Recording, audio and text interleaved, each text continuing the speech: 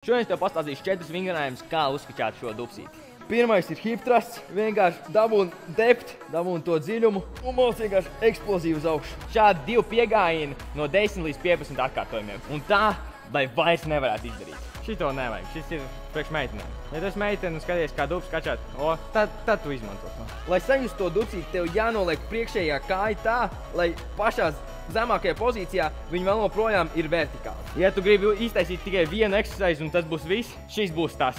Uztais šo 2 seti katrai kājai no 8 līdz 12, bet tā, ja tu vēlies pilnībā iznīcināt savu dupsīti, uztais tos hip thrusts, uztais tos Bulgarian split squats un nāc, uztaisi jebkādu versiju, principā, deadliftiem. Tas var būt vienkārši sumo, kas man personīgi palīdz vislabāk turēt to muguru taisni, tu vari konvencionāli. Un es pamatā mēģinātu turēt to, kad vienmēr, kur tu laid lejā, neatstāji viņu pie zemes, vienkārši visu laiku turpini kustēties. Dabūn